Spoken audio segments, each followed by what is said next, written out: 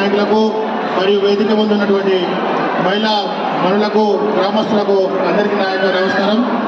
ఈరోజు ప్రచారం ప్రారంభించడం జరిగింది. ఈ రోజు నుంచి 17వ తారీఖు వరకు మన ప్రచారం కొనసాగుతోంది.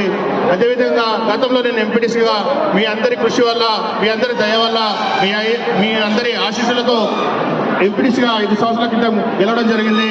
గెలిచిన తరం నుంచి ఈరోజు వరకు మన నాయకురాలు సబితా ఇంద్రారెడ్డి గారి సహకారంతో మరియు స్థానిక నాయకులు సురేందర్ రెడ్డి గారి సహకారంతో, జయేందర్ సహకారంతో మరియు మన నాయకుల గ్రామ నాయకుల అభివృద్ధి కార్యక్రమాలు చేయడం జరిగింది. నిరంతరం ప్రజలలో ఉంటూ ప్రజల యొక్క వ్యక్తిగత సమస్యలు కానీ, గ్రామ సమస్యలకు కానీ, అభివృద్ధి విషయంలో కానీ అభివృద్ధి కార్యక్రమాలు ఈ రోజు మీకు కనిపిస్తూ ఉన్నాయి.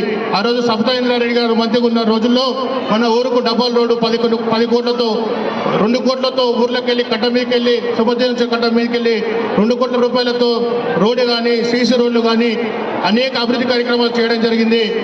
అదేవిధంగా అనేక ట్రాన్స్ఫార్మర్లు కానీ, విద్యుత్ స్తంభాలు కానీ, అందుకు చౌరస్లో ఉన్నటువంటి మెయిన్ అండర్ అవుట్లెట్ సమస్య, పిల్లాగులకు డ్రైనేజ్ పంపడం కానీ, ఇలా అనేక సమస్యలను పరిష్కారం కొరకు సబితా రెడ్డి సహకారంతో ఆ రోజు పనిచేయడం జరిగింది.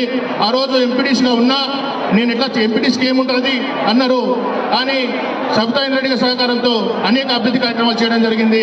ఈరోజు మా నాయకులు మరి సబితా రెడ్డి ఆశీస్సులతో సర్పంచ్ అభ్యర్థిగా పోటీ చేయడం జరుగుతుంది. సర్పంచ్గా నన్ను ఎన్నుకున్నట్లయితే మీకు గ్రామంలో ఎల్లవెల్లలా అందుబాటులో ఉంటూ ఇంకా గట్టిగా మీకోసం పనిచేస్తానని తెలియజేసుకుంటూ, మీరు నాకు బ్యాలెట్ పత్రంలో బ్యాట్ గుర్తు రావడం జరిగింది. సీరియల్ నెంబర్ 3 కింద ఉంటుంది. ముగ్గురు పోటీ చేస్తున్నారు.